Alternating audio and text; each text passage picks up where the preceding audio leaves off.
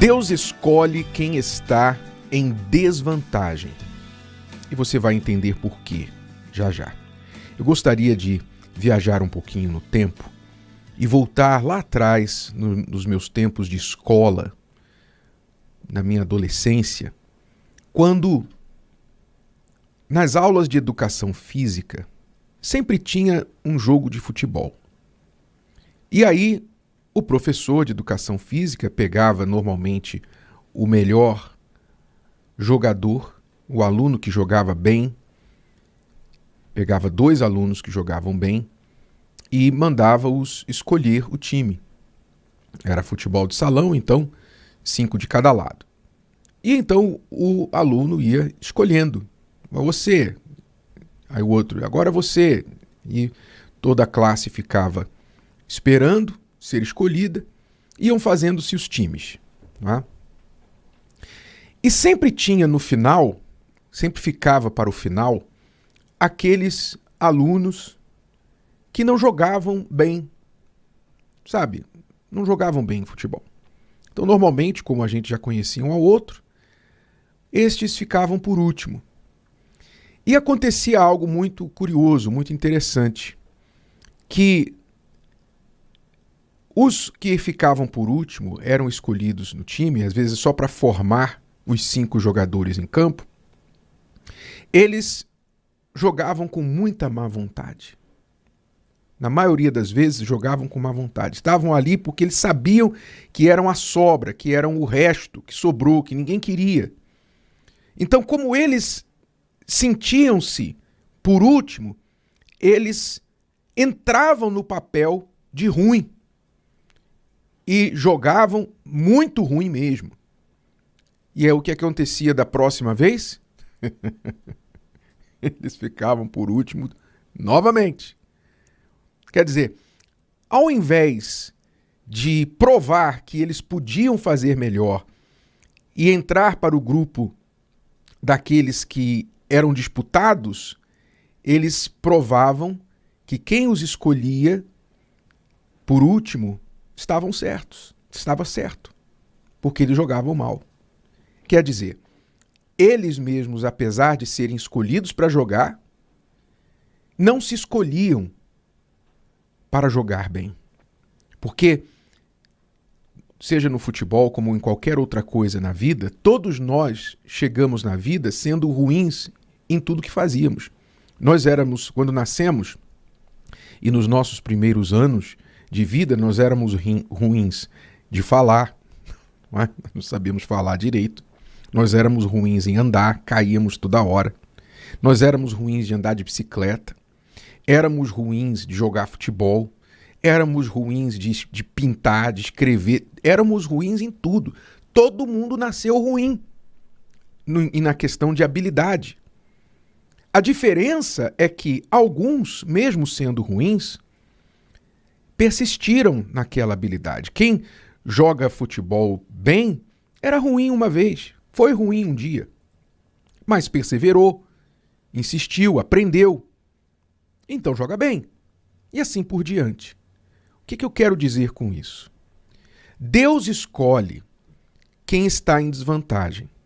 Na escola, a gente queria escolher os que jogavam melhor para estar no nosso time, que é o natural do ser humano. Mas, mesmo os que jogavam mal, também eram escolhidos. Pelas regras, eles tinham que jogar. Era aula, era obrigatório, eles tinham que fazer o exercício físico. Mas o problema maior não era que eles não sabiam jogar. O problema maior era que eles não se escolhiam. Eles permitiam que aquela circunstância ali de vexame, de constrangimento, falasse para eles assim, vocês não são bons. Então, eles entravam no papel de ruim e provavam que a opinião alheia estava certa. Na vida, a mesma coisa acontece. Deus, na sua palavra, escolhe os que estão em desvantagem. Mostra na palavra que ele sempre escolhe quem está em desvantagem. Deus sempre trabalhou assim. É só você olhar de Gênesis a Apocalipse, você vai ver que Deus escolheu sempre alguém em desvantagem. Alguém que era desacreditado, alguém que ninguém queria, alguém que era de uma aparência meio, assim, não atraente. Enfim, Deus sempre escolheu aquela pessoa em desvantagem. Até Jesus, quando veio a este mundo, você imagina, né? O Filho de Deus, quando veio a este mundo, em carne e osso, ele poderia ter sido, digamos assim, um modelo de homem, não é? Alto, musculoso, bonito e tal. Ele poderia ter sido, assim, um Mister Mundo, fisicamente falando. Mas a Bíblia diz que ele não tinha aparência.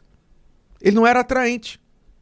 Exatamente para se identificar mais ainda com as pessoas assim, mirradinhas, que ninguém acha bonito, atraente. Jesus tomou essa forma, podendo tomar qualquer forma que ele quisesse. Ele tomou essa forma, mirradinho. Ora, ele sempre mostrou uma inclinação para escolher os rejeitados, os que estão em desvantagem. Isso são várias partes da Bíblia que nós podemos ver isso. Vamos ler aqui uma parte delas que aconteceu quando Jesus chamou um de seus discípulos, chamado Mateus. Ele era um coletor de impostos, era um judeu, um jovem judeu, coletor de impostos. Então ele trabalhava para Roma, tirando impostos dos judeus. Então ele era um homem assim, odiado pelo povo judeu. Rejeitado, em outras palavras. O que Jesus faz? Ele passa pelo caminho. Mateus está lá na recebedoria de impostos. Jesus olha para ele e fala: segue-me.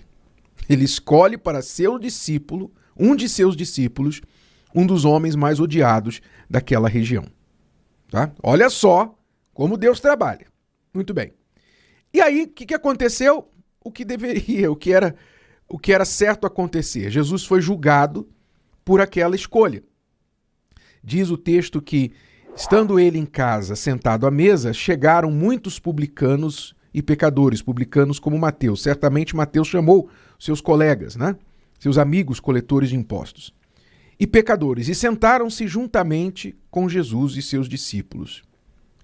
E os fariseus, vendo isto, os religiosos, disseram aos seus discípulos: por que come o vosso mestre com os publicanos e pecadores? Quer dizer, por que ele está se misturando com esta rele, este povo baixo, inferior? Jesus, porém, ouvindo, disse-lhes: não necessitam de médico os sãos, mas sim os doentes. Ide, porém, e aprendei o que significa: misericórdia quero e não sacrifício. Quer dizer, Deus escolhe quem está em desvantagem pela sua misericórdia. Porque eu não vim a chamar os justos, mas os pecadores ao arrependimento. Então Jesus mostrou que aqueles publicanos, pecadores, rejeitados pelos religiosos especialmente, e de forma geral pela sociedade da época, Jesus estava escolhendo-os, dando a eles o privilégio, digamos, a primeira chance, a primícia. Como ele mesmo instruiu os discípulos depois, dizendo assim: olha, ide as ovelhas perdidas da casa de Israel. Então Deus sempre procurou os perdidos, os cansados, os pobres, os rejeitados, desprezados, aqueles últimos, não é? Aqueles últimos. Digamos assim, se Jesus, só uma analogia, se Jesus estivesse lá na quadra de futebol e tivesse que escolher os jogadores para o seu time, ele não iria começar escolhendo os melhores, ele iria começar escolhendo os últimos, aqueles que ninguém queria. E iria trabalhar com eles para fazer o melhor time. E todo mundo iria ficar surpreso. Você entende como Deus trabalha? É assim que Deus trabalha. Deus escolhe aqueles que nada são, aqueles que não têm, humanamente falando, nenhuma vantagem, nenhuma qualidade, nenhuma condição já de privilégio na sua vida. É Ele que escolhe. Então, se você está nesta situação, se você se enquadra nesta situação de desvantagem, não se sinta inferior. Diante das pessoas, talvez você seja, aos olhos delas, inferior, mas não aos dele. Aos dele, você brilha mais. Que maravilha! Nós brilhamos, aqueles que nada são, brilham mais aos olhos de Deus do que aqueles que acham que são alguma coisa. Os pobres brilham mais aos olhos de Deus do que os ricos. Não que Deus rejeite os ricos, mas Ele favorece os pobres. Ele favorece o que está rejeitado. Mas se você entra em campo e se comporta como aqueles colegas meus que ficaram por último e depois fizeram corpo mole, não acreditavam neles mesmos porque inicialmente alguém não acreditou, se você não acredita que você é um escolhido, então ele não pode fazer nada por você. Você precisa crer. Você precisa se escolher. Você precisa acreditar que ele acredita em você. Você entendeu? Você precisa acreditar que ele acredita em você. Crer que ele crê em você. E aceitar essa escolha. Ainda que você não entenda, não sei porque que ele viu em mim, mas se ele viu, quem sou eu para não ver? Se ele escolheu, quem sou eu para não me escolher? Aceite este privilégio, esta vantagem que Deus dá aos que estão em desvantagem. Então, se você estiver em desvantagem e você aceitar a escolha de Deus, meu amigo, minha amiga, Deus vai fazer de você um exemplo, um campeão, um líder improvável. Aquilo que ninguém esperava. Que todos, quando olharem e virem o que ele fez de você, no que você se tornou, eles vão dizer assim: quem o ajudou? Quem fez isso? Onde ele aprendeu isso? E aí você vai poder apontar para ele, para que a glória seja dele e não sua. Se o vídeo de hoje te ajudou, você conhece alguém que vai ser ajudado por essa mensagem, passe adiante. E se você ainda não inscreveu aqui no canal, inscreva-se agora. Até a próxima.